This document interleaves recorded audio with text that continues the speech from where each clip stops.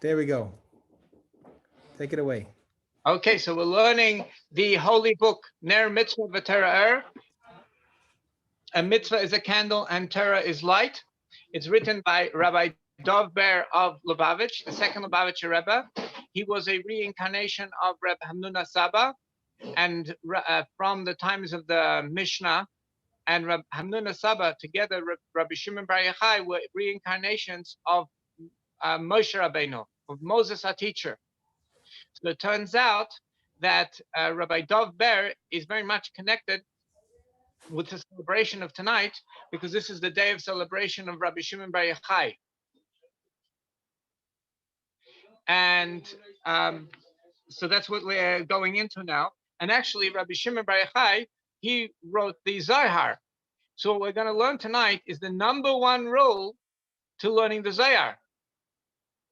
And we're going to learn it at the end of this chapter. We already started the 4th chapter of the actual section of this holy book that we're learning is Shara Yichud, the Gate of Oneness, which tells us how to fulfill the commandment of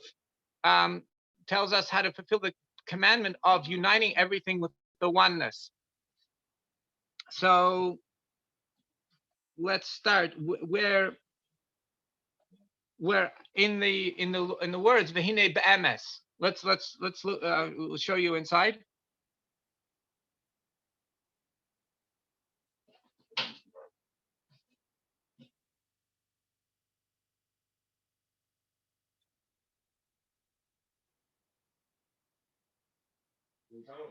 Rabbi Smith, can we bring up the text? I can't hear you, Rabbi. Oh, okay.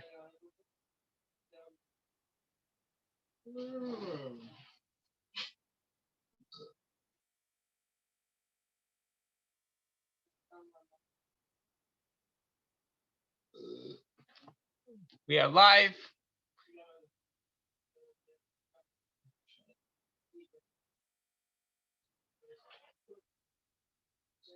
Chapter Daled, chapter 4.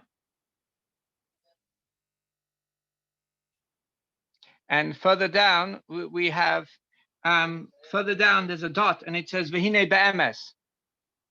Here, right in the middle of the page, there's a dot, and it says V'hinei be'emes. A little higher. Yeah, that line. That line, the beginning of the line. No, not the beginning. Yeah, there. V'hinei be'emes. And then we had a question. How do we look at Kabbalah? How do we look at reflection? How do we look at meditation? Should we take a holistic path, or should we go into the specifics? Should we divide everything up into the parts? And now he's going to answer that question. And this is very important because this helps us to understand how to analyze things. Like in levels of communication, you could go more and more abstract. Like when you ask people, like, what is the purpose, and what is the purpose of this, and what is the purpose of that? So we're becoming more and more abstract in communication. Or we can become more specific. How specifically? How do we specifically do that?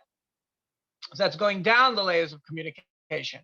So should we be more holistic and look at the entire picture, and because of that we can become more abstract, or should we become more specific and look at details? And we spoke about that there's really, if you look at the entire process of creation, right in the middle, there's a spot which we usually would divide it as one part from here and higher is the higher unity, and there's a part where from here and lower is the lower unity. And we discuss what that is, and we're going to repeat what that is right now. So, v'hinei be'emes, in truth, in reality, lo re'i chulu, lo re'i zeh k're'i zeh, meaning to say, you cannot compare apples to oranges. They are different. They are done differently. If you look holistically or you look into the parts, it's done differently, and the benefits are different. That's what it means. Lo re'i zeh k're'i zeh. It's a Talmudic statement. You cannot compare them. There is an advantage when we think derech. Derech is like the word. in English would be through. In Russian, the ch becomes a g, so it's doroga. Doroga means a path. So chlal is like the word whole, holistic, holistic. So derech chlal, there is a value when we do reflection, when we look at things holistically. In order that with the goal to go to the depth, b'chlal, of the holistic whole. In other words, when we do reflection, we want to get to the depth of that reflection. And what is that? We want to be able to get to the essence of the divine light in a holistic way. Whether we are analyzing from the higher unity, whether we're analyzing things from the lower unity.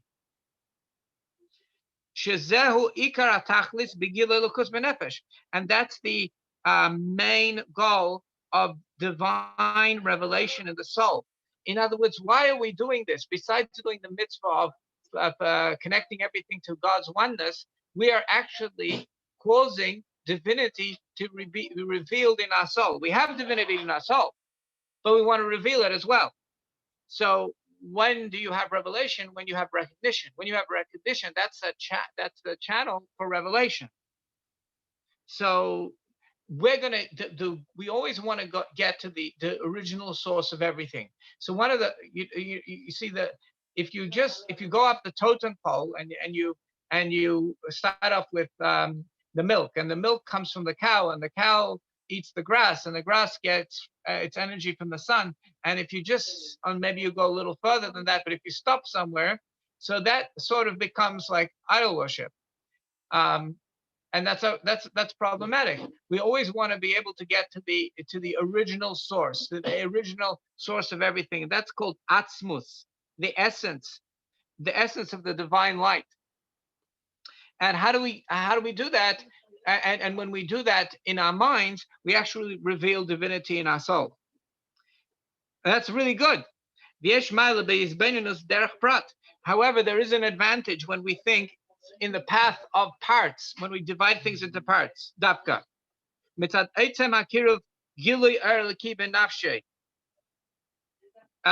Because it causes the revelation, the divine revelation, to be much more. In other words, when we go holistically, the revelation is not so strong. But if we go into the parts, then the revelation is much greater when we go into the parts. I mean, just face it, when you go into the details of something, it becomes real for you. It becomes much more real when you go into the parts. Because when the person does contemplation and they think holistically, that the downside is that a person can fool himself until he seems to him, in other words, it's a fantasy. He thinks that the thing is very close to him. He thinks he's very spiritual and he's got to divinity, but he's actually fooling himself. And the reality is, the truth is, the merachek na'ed Hashem niralei. From very far, God is showing himself to him. In other words, God is showing himself to him. You are thinking about concepts of divinity, but it is from very, very far away. Do not fool yourself. Why? Because you're thinking holistically. Levad, only holistically. If you're only thinking holistically, which is not the case if you do reflections in the parts. Seichel prati. In other words, we're having a very specific intellectual exercise. Basaga, we're understanding something. Bedover prati, in an object, which is a part. In other words, there's two things. We have to think specifics, and we also take subject matter, which is conducive to that. Subject matter, which is about specifics. So we need to think in our minds in a specific way, and also pick up subject matter that allows us to think very specifically. That's bedover prati, in a part, in a thing that it's a part. What's going to happen is it's going to be installed in the soul, in your soul, the bechinas kiruv, in a very close way. But Yosef. And then Mimenu, after you understand that specific thing in divinity, Yovel Asagas Dava Prati Elyon Himenu. Then you will go to understanding another part, which is one step higher than this. Badroga in steps. So in other words, you go step by step. You only decide, I'm only gonna understand this step. I'm not going anywhere else. I'm gonna analyze this step in all its parts. And then I'm gonna go to exactly the next step.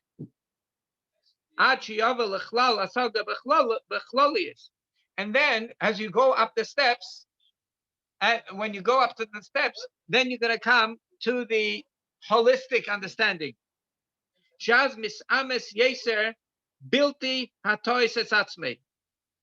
Then what happens is you end up in the holistic in the end. You come to the essence of everything, and and it is without fooling yourself. Klal at all. Because you start off thinking in the way of parts, understanding ideas how the divinity fills the entire world.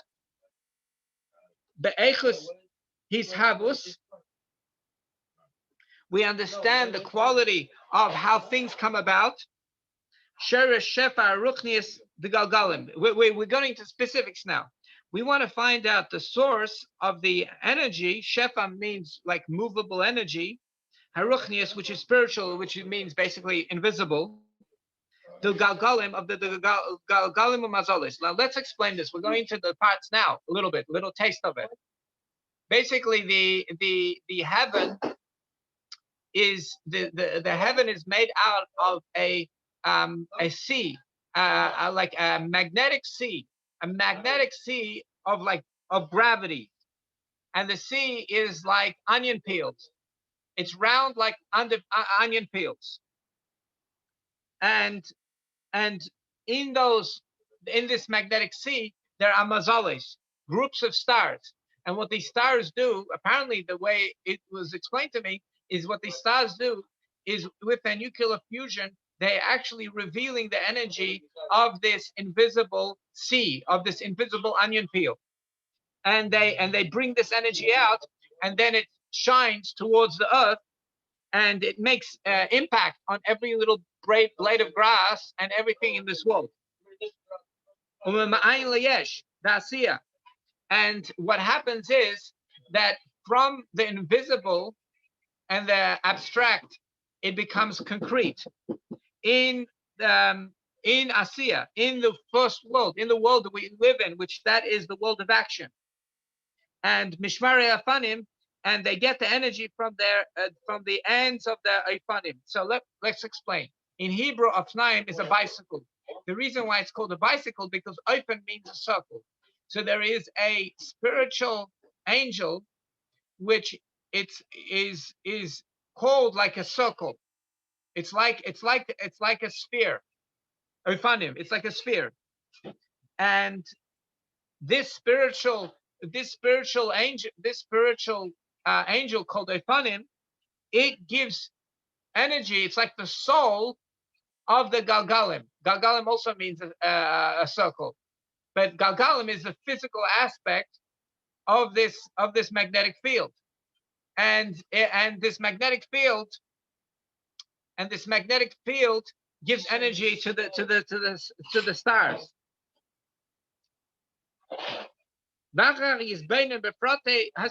So let's go according to this. Let's repeat the order. The stars are in this magnetic sea, which is called the Galgalim, and the Galgalim is powered by their soul, which is called the Efanim, these are the Efanim angels, and we mention them in prayer every day.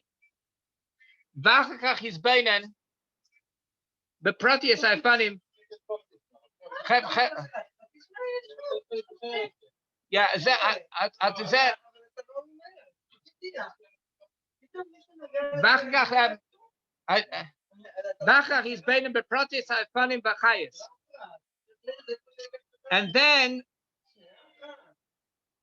and then think about the parts of the Efanim B'Achayis. So the next angel after the Efanim is the Chayis, and what the Chayis do, the highest, basically the afanim is like they move around the electromagnetic energy in order that it should form the objects of this world. And the highest establish the way things look and the shape of everything.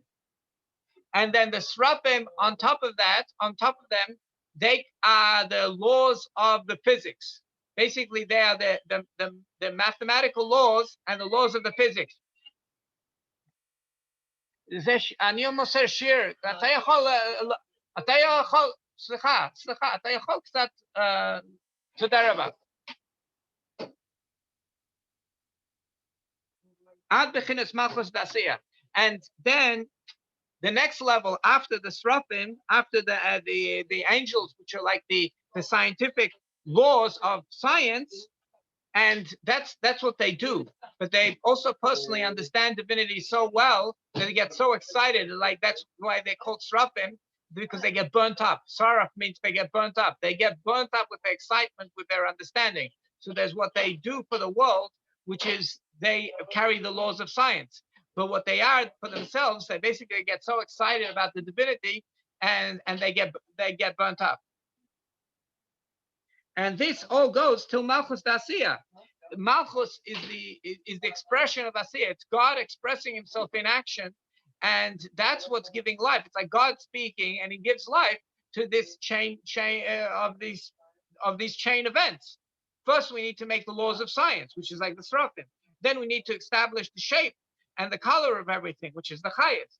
Then we need to be able to move around the electromagnetic energies, and actually there's four energies: the strong nuclear force, the weak nuclear force, the electromagnetic, and the gravitational. These four energies, and that's going to put together the fire, water, air, and earth, or you can call them electrons, neutrons, protons, and photons, in a certain way that's going to make every single object in this world. And we're up to Malchus Dasiya, so that's the expression of Asiya does all of this. And Malchus Dasiya is the general divine light that creates this world of action.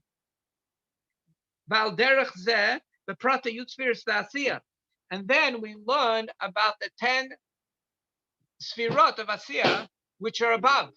In other words,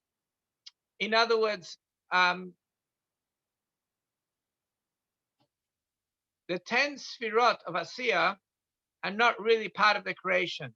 They're just an expression of divinity. Everything else, the srafim angels, they're a creation. The chayas are their creation. The Ifanim angels, they're a creation. Of course, the Galgalim are creation. The Mazalas, the star constellations, they're a creation. Fire, water, air, and earth, and they're a creation.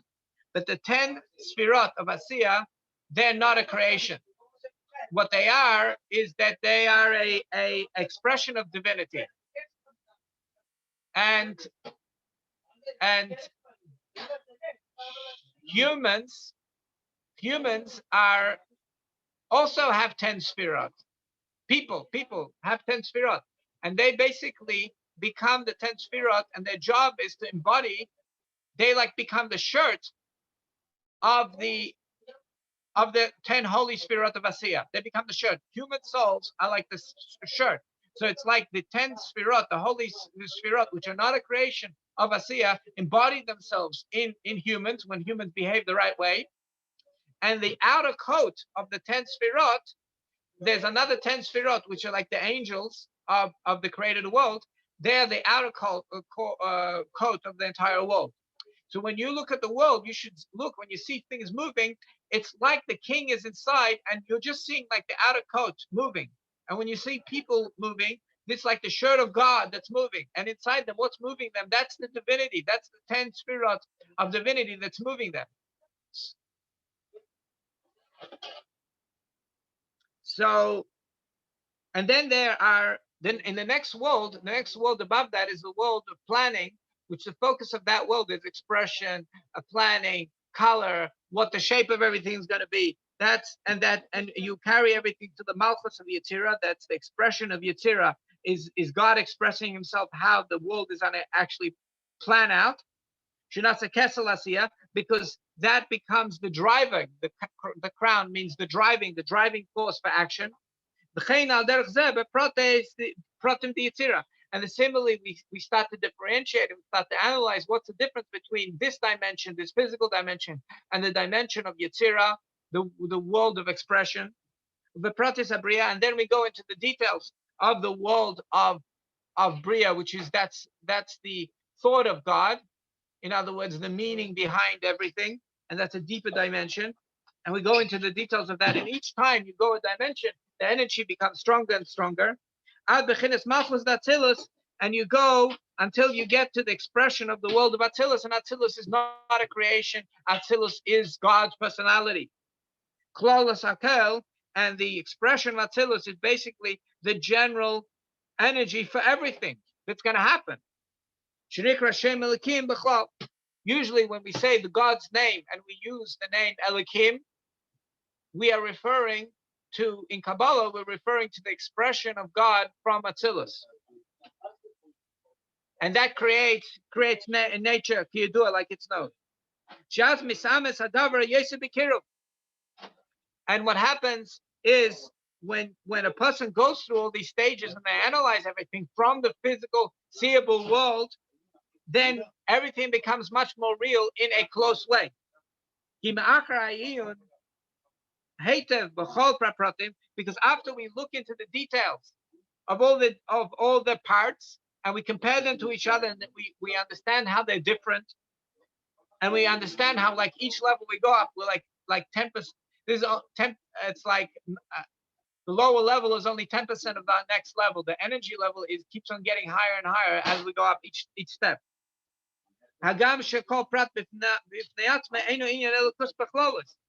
Even though when we analyze any detail, it is not divinity in a holistic sense. In other words, when we look how, like, for example, bees and how they move around and communicate with each other and send complicated messages to the other bees on how they should function, and we realize that they individually don't have the intellect to be able to pull off such a complicated operation, and there must be some intellect, higher intellect, that's like behind all these bees functioning. So even though we're learning about bees, it's not divinity. It's like this little part that we're learning. And the same thing, we're learning about Efanim or Srafim. It's not, we're learning it just a little part. It's not it's not about the essence of God. But since we're going step by step, when we're connecting it to the essence of God, as Yukba Yosef Benefesh Bichinas Achlal, then the Klal, which is the essence of God, becomes more ingrained in our soul. It's being tested. It's been tried and tested. Anybody that gets busy in the depth of reflection, of Hasidic reflection, knows that when you go through the pratim, when you go through the details level by level, that's when the holistic essence of God becomes more real and much more close to a person. The Gambi Chudela. Now let's explain. Let's differentiate between, we were doing right now the lower unity, because we just got to the lowest sphere of the 10th spirit of the world of Atzilus, which is the personality of God, and that is the lower unity. Now, since the bottom of the lower unity is something physical that we can see with our eyes, we can see the physical world and trace the rules. So it becomes very real to our subconscious mind, to our animal soul. It's something that our conscious mind can relate to. It's something that our subconscious mind can relate to. And therefore, it makes impact on the animal soul, and it makes impact on the person. So what happens is the divine soul and the subconscious mind and the conscious mind all become congruent, and the divinity is revealed. When we study this, the divinity becomes revealed in our soul. So we change. Now, the Gambi Chudei. Now, if we take one step higher and we now start to analyze things that are absolutely not seeable, that's the higher unity. Now, why do we want to do the higher unity? Because the higher unity helps us to get to the essence of God. Now, the advantage of this is that when we learned about the higher unity, the animal soul does not interfere. It just says, I don't understand this, but it sounds really good, and I agree, and I'm like gonna go with whatever you say. In other words, it doesn't transform the animal soul. However, the advantage is the animal soul also does not fight it, because it just realizes this is something really amazing. So there's no transformation that occurs, but also there's no resistance. So that's and okay. So now we're going to the higher unity. We have the advantage. There's not going to be friction against it. But we're not going to. But the disadvantage is we're not going to transform through this. However, it's going to guide our lower unity. So even though lower unity is more important because actually it causes a transformation in our body, in our world, but we need that guidance from the higher unity. We need to do some higher unity in order to have guidance. So let's do it. We're going to go also think in the path of parts. We're going to go in all the parts of the 10 building blocks of creation.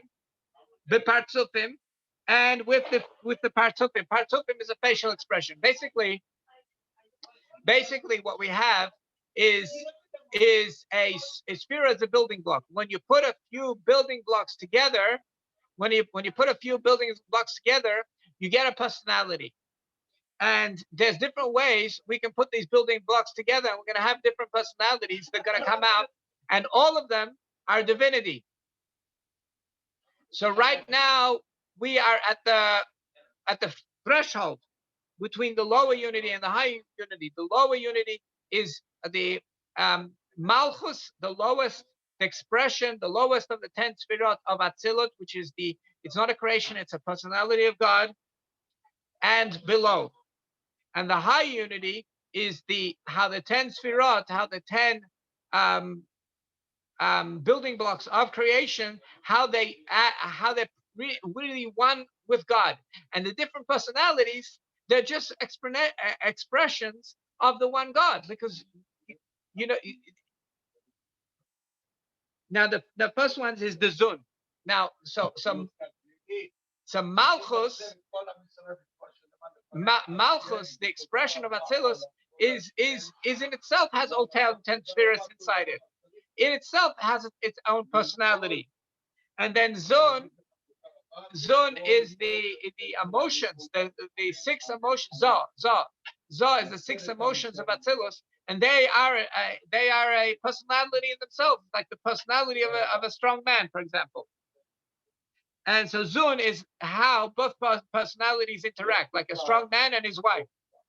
Because when we study human personalities, that's the only way we can understand the Chudei law. We have to understand human personalities, and that's going to help us understand the high unity. So Malchus, Zun, or Nukva. Nukva means a whole. That's Malchus. That is like the queen. It's like also called the Shekhinah. And Zoh is like the husband. It's like the 6 emotions, and she reflects him. And the next 2 partsufim are Abba ve'ema, the father and the mother. You think about the relationship with a healthy relationship with a good father. And if you didn't have a good father, so you could be a good father to your children, right? Or a good leading figure for other people. So that's an Abba, that's a father. The Ema is a mother. That's a relationship, a healthy relationship of a mother. And then the next one after that is really one partsuf.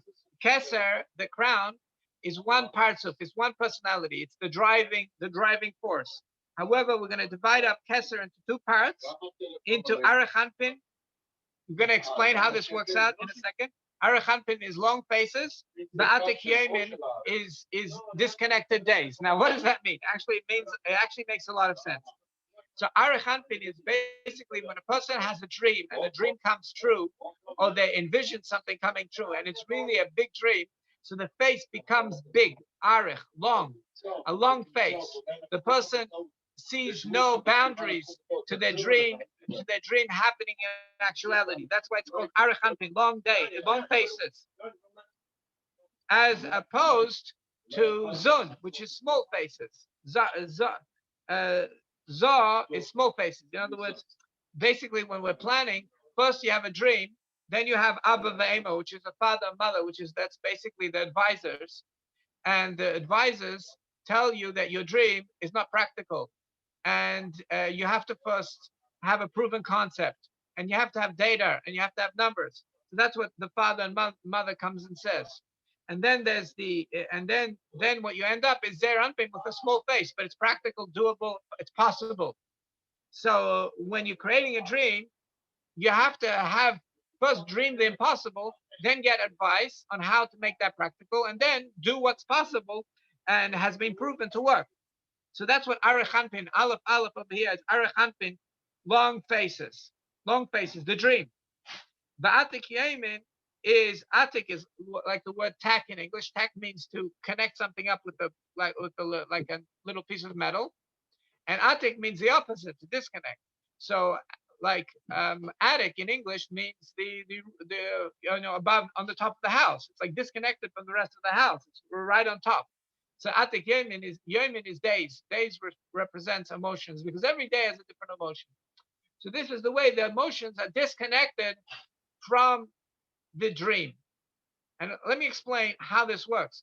When you dreaming about a holiday house, a house is a vessel, but what you really want is a home. You want to feel comfortable in a place. You want to express certain emotions. You want to be comfortable to do your hobbies and reveal yourself. Why do you want to do a hobby? You want to do a hobby because that's who you are, because you have that in your soul, and your soul wants to be revealed.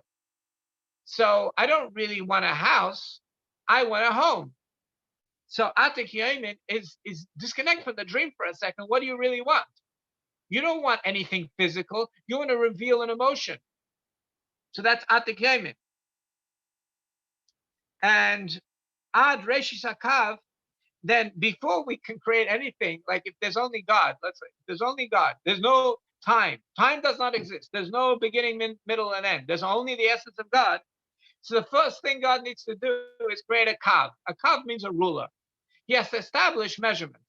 And it's also called a chut. Chut means a string, which means creating a bit beginning, middle, and end, the possibility of a timeline, the possibility of a story. So the first thing God needs to create in creation, not creating a world, is creating time. Right? Later on, you need to create space, but he needs to be able to create time and the ability to measure something and the ability to establish there's a beginning, middle, and end, so there can be a story. So that's Reshis Hakav, the beginning of the Kav. But Adam Kadmon comes next. Adam Kadmon is the first man.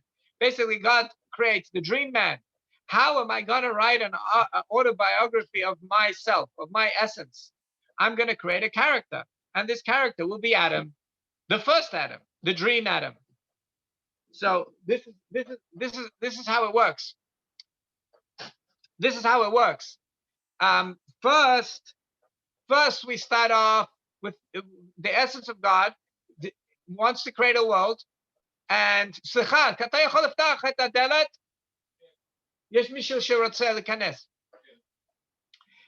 there's the God wants to create a world. So he creates measurement, kav. Then he creates the dream man, Adam Kadmon, the first man, the dream man, and that's going to be the character that's going to express himself. Then afterwards, he's going to say to himself, well, what do I really want? Why do I want this man? What is this man going to really reveal in my emotions? So that's Atik Yemin, like the addict, the disconnected days. And then he's going to say, well, what do I need to do? What physical vessel could I dream about to be able to express this? And that's Arachanpin, which is the long faces, the physical, the big dream. And then it needs to become practical. It's like I want two things that are impossible at the same time. You can't have everything at the same time. The story won't work. So then you have Ava Ve'ema, the father and mother, which is the intellect of the world of Atzilus, which are going to say, well, listen, we need concepts that can actually work. And we need to make things practical. And the big dreams can be done, but they need to be done in a specific way in order to actually happen. So that's what Ava Ve'ema of Atzilus does. And then what we have afterwards is Zoh, which is Zer Anpin, which is small faces, which is the emotions of Atzilus, but they're possible, they're doable, they're not at the same time. We're gonna give a proper time for each emotion in order they could be able to express themselves. because emotions are basically motions towards doing something. In other words, in the storyline, we're going to move this way. You can move back. You can move forth. You can move right. You move left. You can be kind. You can be strict. You can be courageous. You can be beautiful, and then you can put those together and create a beautiful painting of emotions. Because in Arachanpin, in big faces, the emotions are each one of them are so great and so big that they don't each one doesn't have a space for itself. It's not when you the only way you can make music is when you have each note separate from each other in a specific order, and then something even greater gets revealed with the music. So that's like Zer Anpin, small faces. You know, when you play a song, you don't touch all the notes of the piano at the same time. That's going to be too much. In order to bring out the beauty of the piano, you have to press the notes in a specific way, in a specific order, and that's Zer Anpin, small faces. The small emotions, but practical and doable. And then Nukva, the Nukva means a whole, which means basically it means it's like going to mirror this. Now we need to express all of this. We need to be able to communicate all of this. We need to be able to articulate all of this. And the articulation of all of this, of all of these dreams, is actually going to be the creation of the world. And then it becomes audible thought. Now we're going to the lower unity. Audible thought of God is the world of Bria. And then the shape of everything, like when you have a thought, there's meaning, but there's also like, it becomes pictures. So how everything, and the sounds and the emotions and the measurements. So that's the world of Yetzirah, the plan. It's actually a plan. And then the world of Asiya is the actual implementation, that's the actual picture of everything, the final picture of everything, of the story of the world. And everything needs to be congruent, that everything that happens all the way down in the action connects up all the way back to the essence that reveals the essence. Rabbi Chirik, I don't know if it's a good time to ask questions, because we have some questions over here. Okay, let's do it. Okay. So first question is, what are emotions in this framework? Are they the dreams? So the emotions create emotion is to motion. They create movement in a certain direction. And that's, they create movement in a certain direction.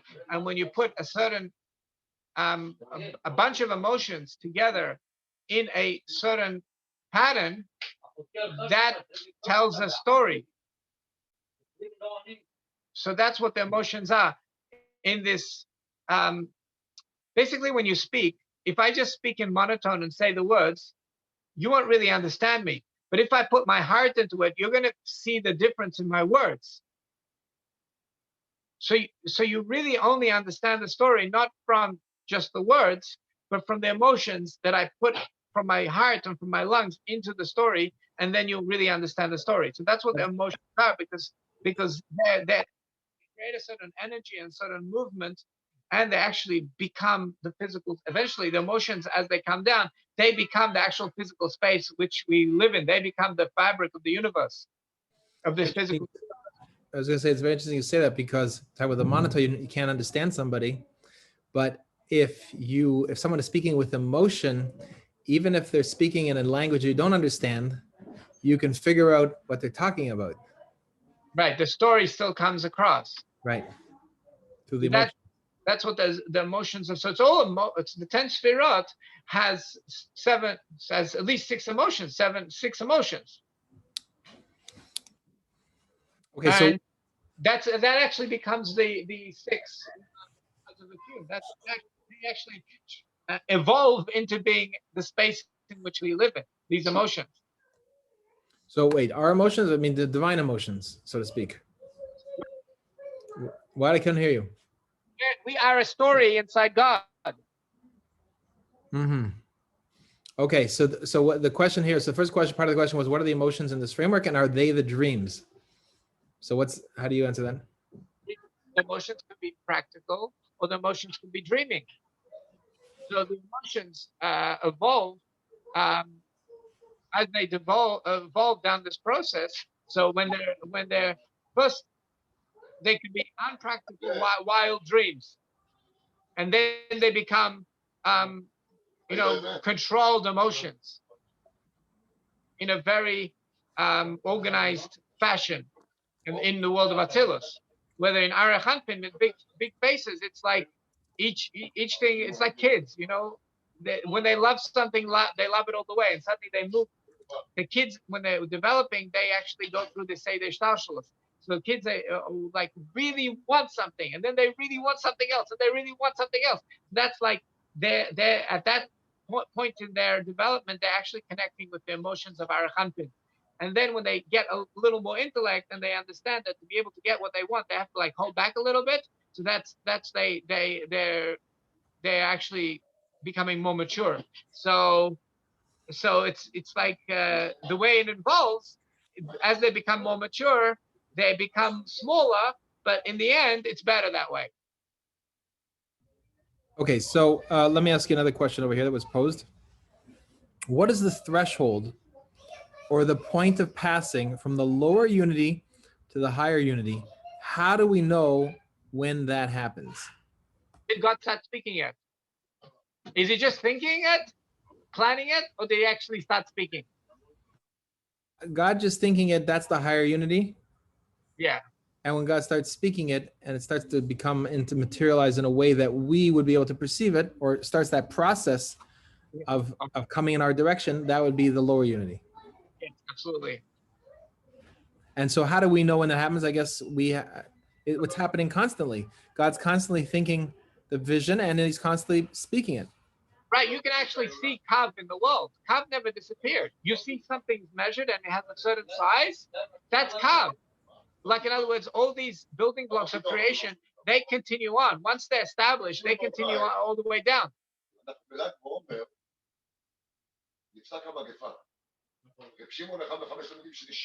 Okay, I'm gonna continue. Okay, there's someone speaking very loud in the background.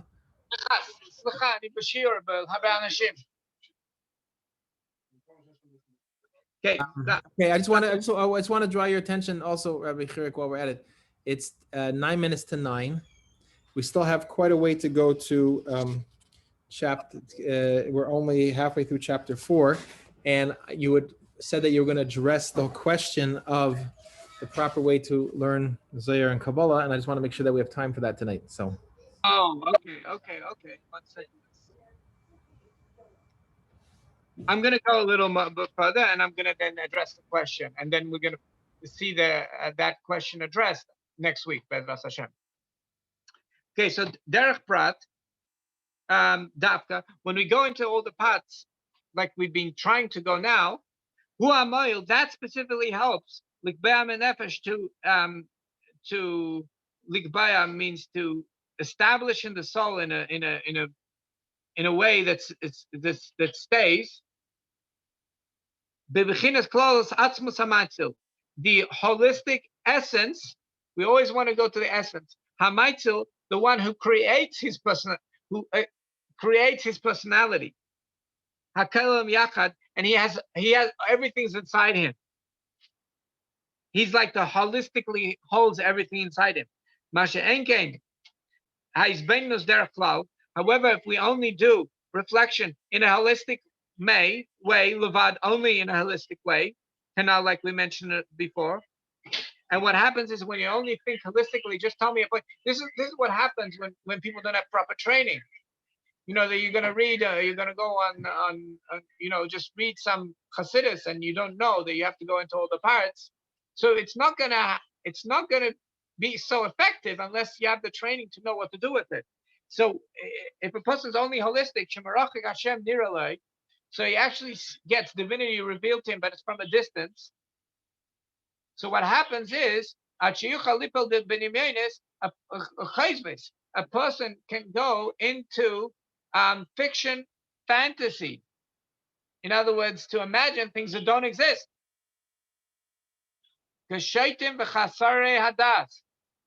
Like a crazy people and people that chasarei hadas, that they lack focus, but it's not that they lack focus, they're actually crazy. And a regular healthy person can actually get into that state if they only, why?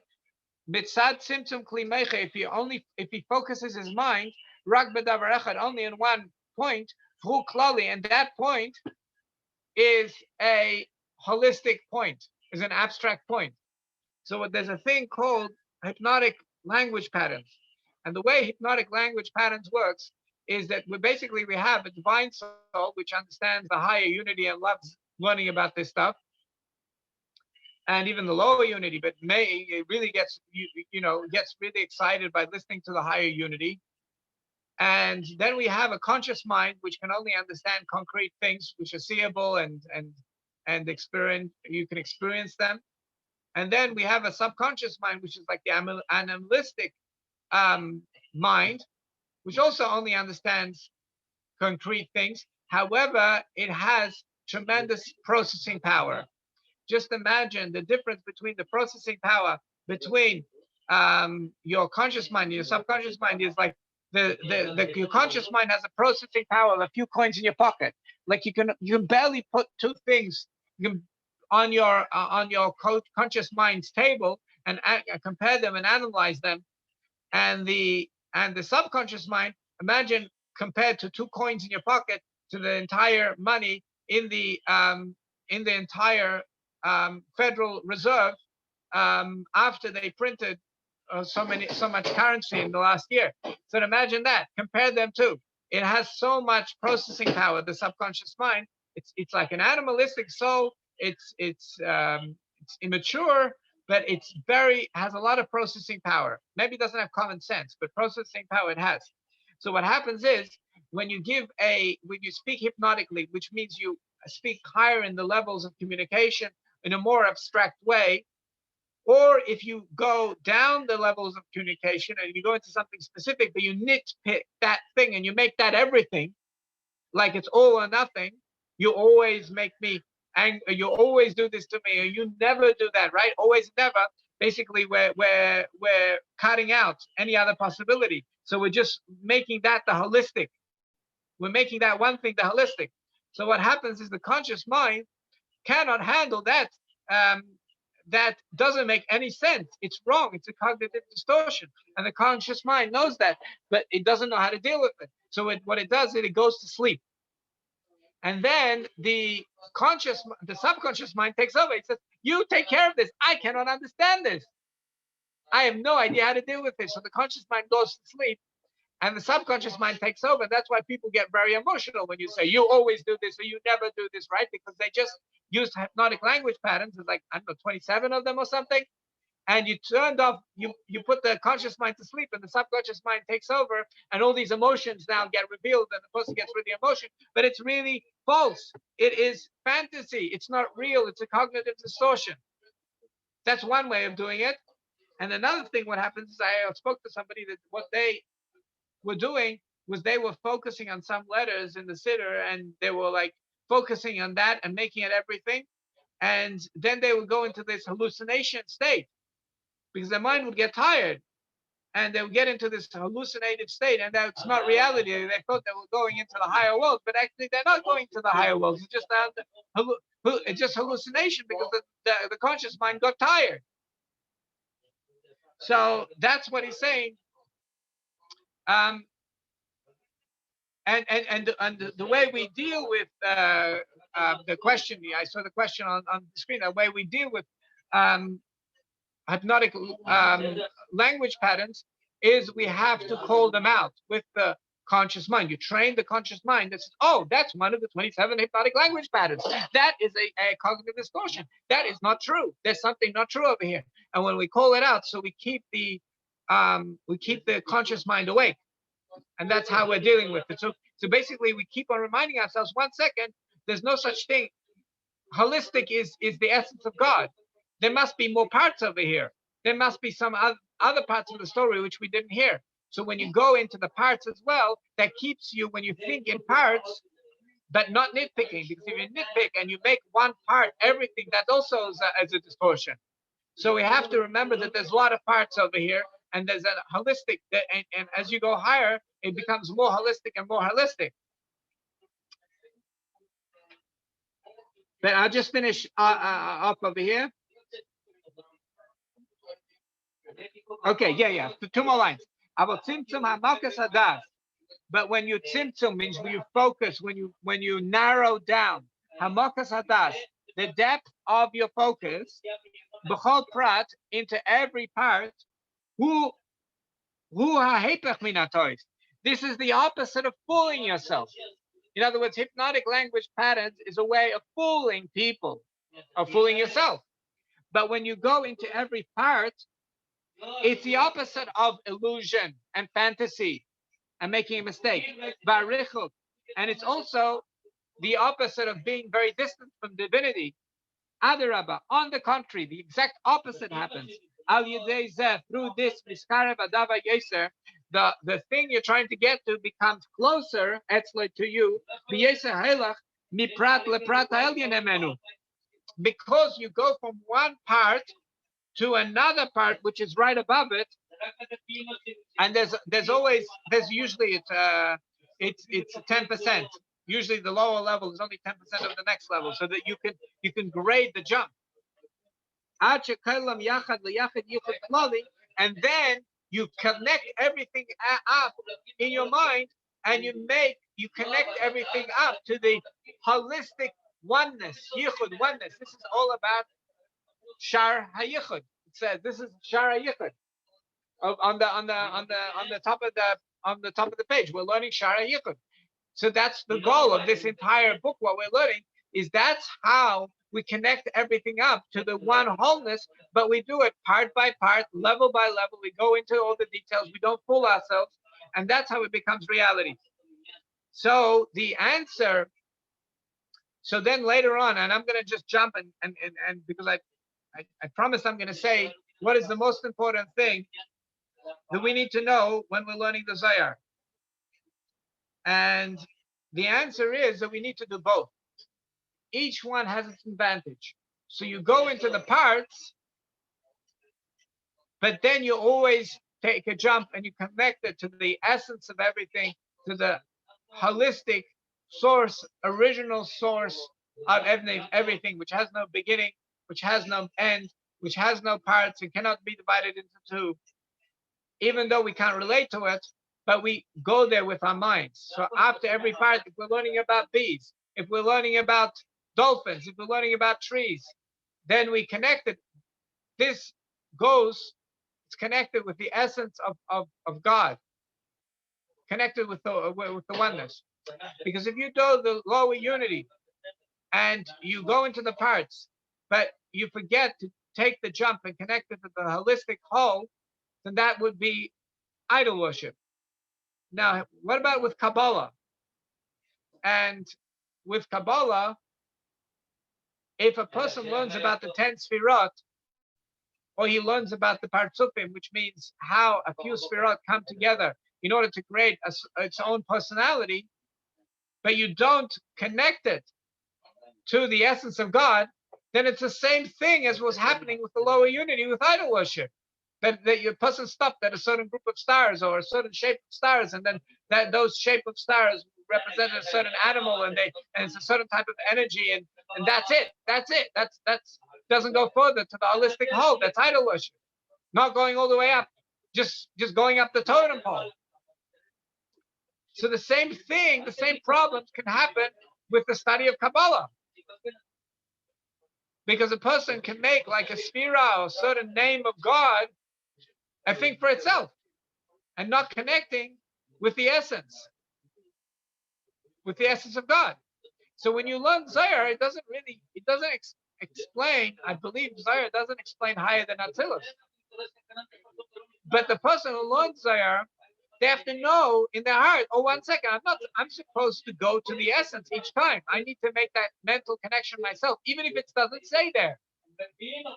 And the same thing, if they're learning the Kabbalah of the Arizal. Whichever level you're learning, you have to say, oh, well, this is only a specific part, a specific level that we're learning. And before I finish learning, I'm going to connect it. Somehow I know it connects up in a system all the way back to the essence. Now let's clarify. I didn't see the question exactly. I saw a question. So I haven't. Doing the lower unity and not connecting it to the holistic whole will be idolatry. But because we're not going to the original source, not connecting up to the original source.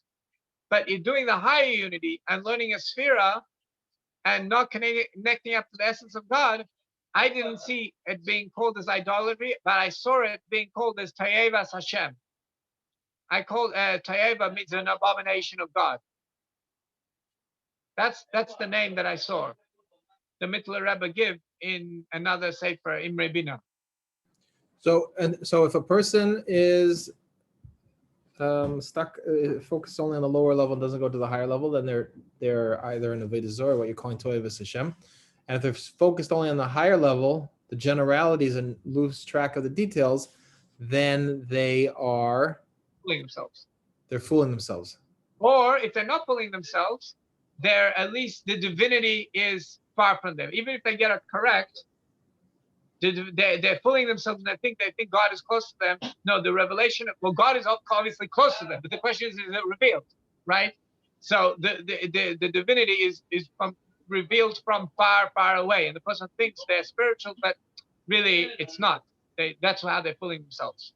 Because this answers the question that someone, well, I was just clarifying that, and someone else said, if focus on an aspect of lower unity without connecting to the higher unity is idolatry, then what is it when we focus on the higher unity without connecting to the lower unity? And this is, we're fooling ourselves. It's really appears to be, we fool ourselves into thinking that we're very close, but we're really far. Well, if you do the higher unity, depends if you do it with all the details or not. So if you do it the higher unity with all its details, you're close, but your animal soul is far. So you're a very inspired person. Your divine aspects of you are activated, but your animal soul is way behind. So a person might find, like, how am I two people? Like, I'm so inspired, I'm so spiritual, and yet when it comes to the way I eat and the way I do things, it's like unrefined. Nothing changed. But if you do the lower unity, it trains the animal, because the animal understands that the system over here can't go against the system. It doesn't make sense to go against the system. I'm designed like these angels. That's very important. We remind this in our prayers every day. You remind the animal soul, you are designed, you come from the angels, the higher angels, they're in the highest. They function in a certain way. They praise God. They're singing all day in a certain way. So align yourself with where you come from. And the animal soul says, yeah, I get it. Find actual physical way by doing the lower unity. There's a previous question that was asked, and I don't know if it really, I'll tell you what the question was. I don't know if it's really, we don't have time to really go into right now, and I don't know if this is the forum for it, but can you please break down the components of a hypnotic language pattern so we can identify it? Is that something you want to address now, or is that something you just brought up as an example? That is an example of it. But if you really you can do more research yourself. There's people that like live this world. NLP, the Milton model and the meta model. This is not terror. This is research and people did this. So I think the Milton model was a doctor that took hypnosis out of a stage and used it in therapy, because what he could do is, if he puts hypnotic language patterns, then the person, he can give suggestions to the subconscious mind and change the person's life. Very interesting. Okay. So there's a problem with that, because the person is not making a choice. Right. An friction. So then you're short-circuiting the system. Yes, NLP came along. Well, what happens if we're going to keep you awake at the same time? So the hypnotical patterns, but we're going to keep your conscious mind awake at the same time. So you're aware of what type of program we're giving the subconscious mind. So at least you made the choice. Which that is like a better form of therapy then, if that would work, because the person's making a free choice. And so then there was the meta model, is all the counters of hypnotic languages patterns. In other words, gets the person to think more specifically. So if you search meta model, you should get a lot of the counters. And then you can also find out Milton Erickson, the doctor, he always 27 hypnotic language patterns. And not to, God forbid, fool people, but to be able to recognize when a hypnotic language general thinking is being used, so you can consciously recognize it, and then you have more protection against being hypnotized into something that's false or fooling yourself. The person can fool themselves very easily. Right. It says his name is Milton Erickson. Okay, so one last question we're going to ask. How do we both recognize all things as a dream within God's mind and yet recognize that some things are wrong or harmful? Oh, well, the real story of God is only expressed when there's a friction and a person overcomes the friction.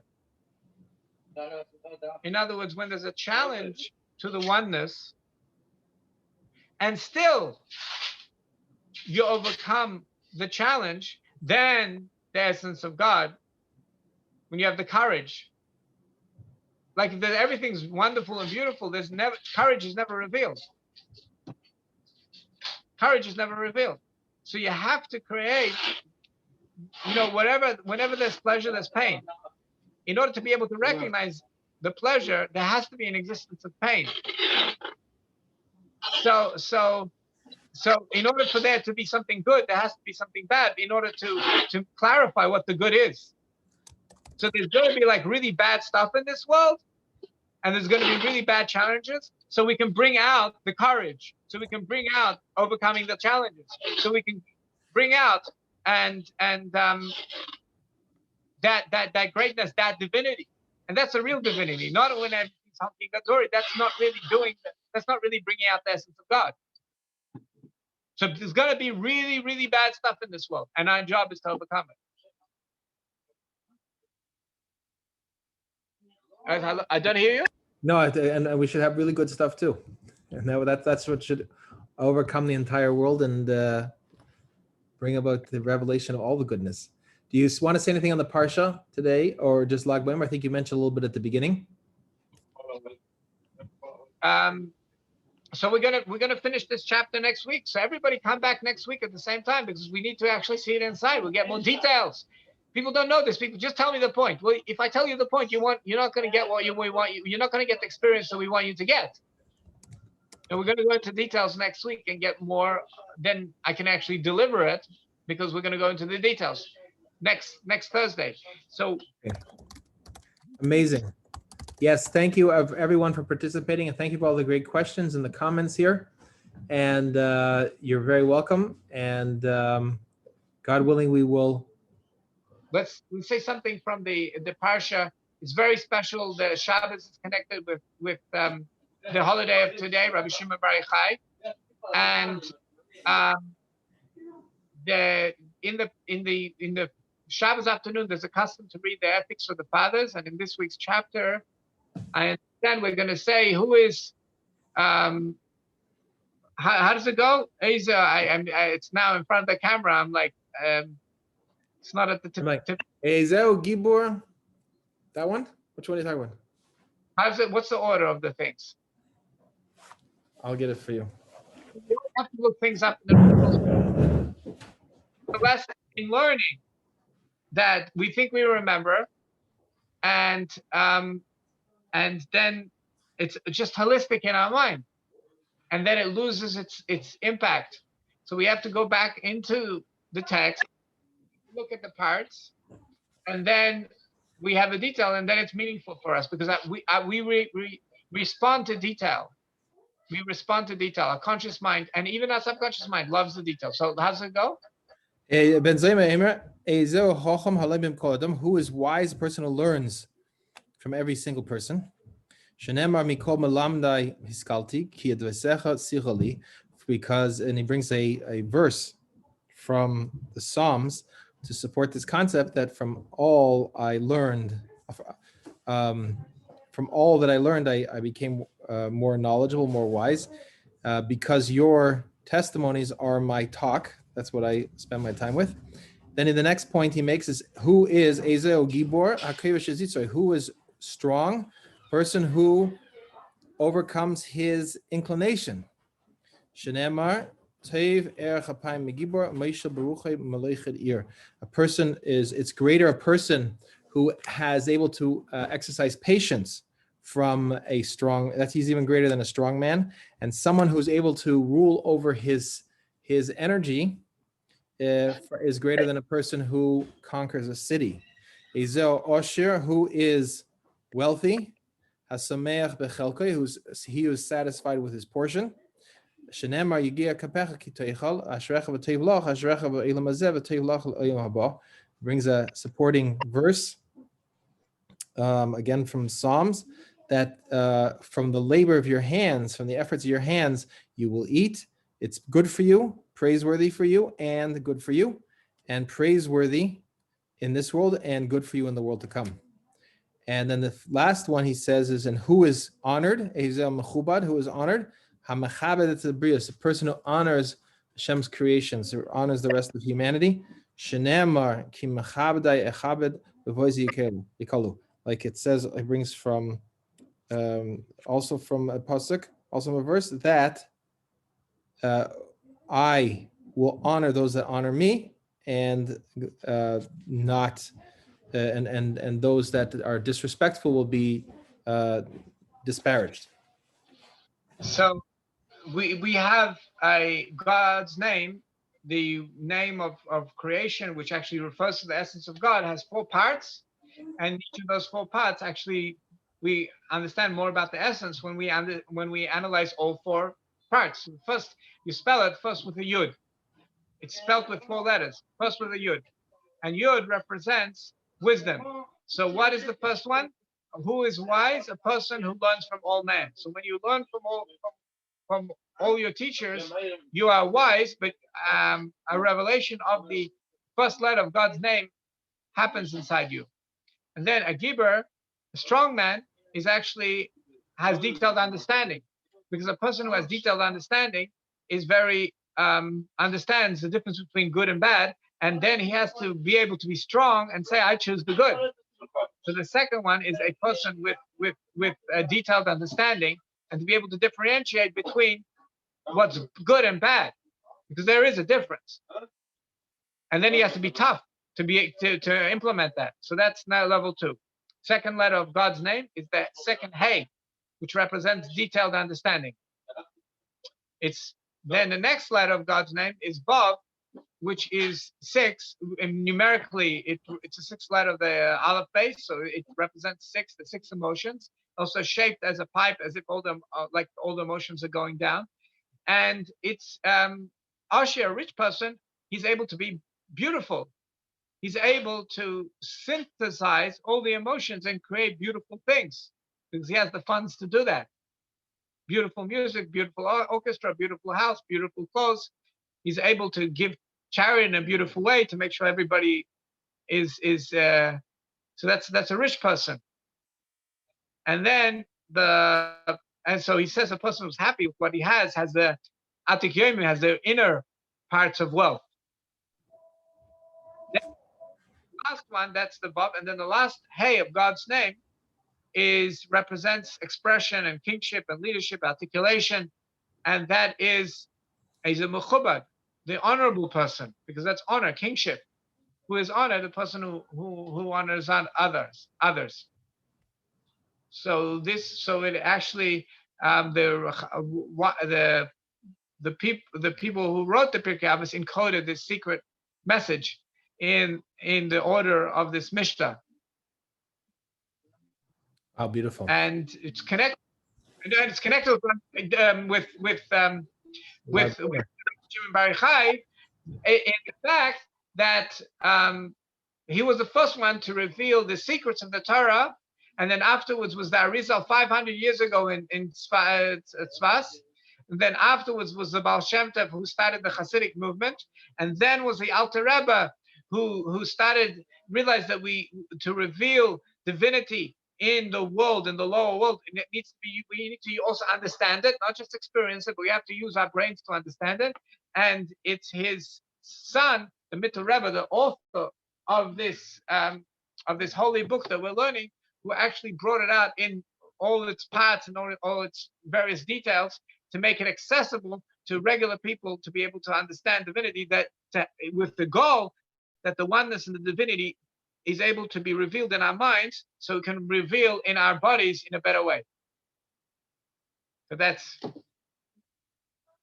beautiful. Well, good Yom Tov, and we will be continuing next Thursday, same time, 8 o'clock Eastern.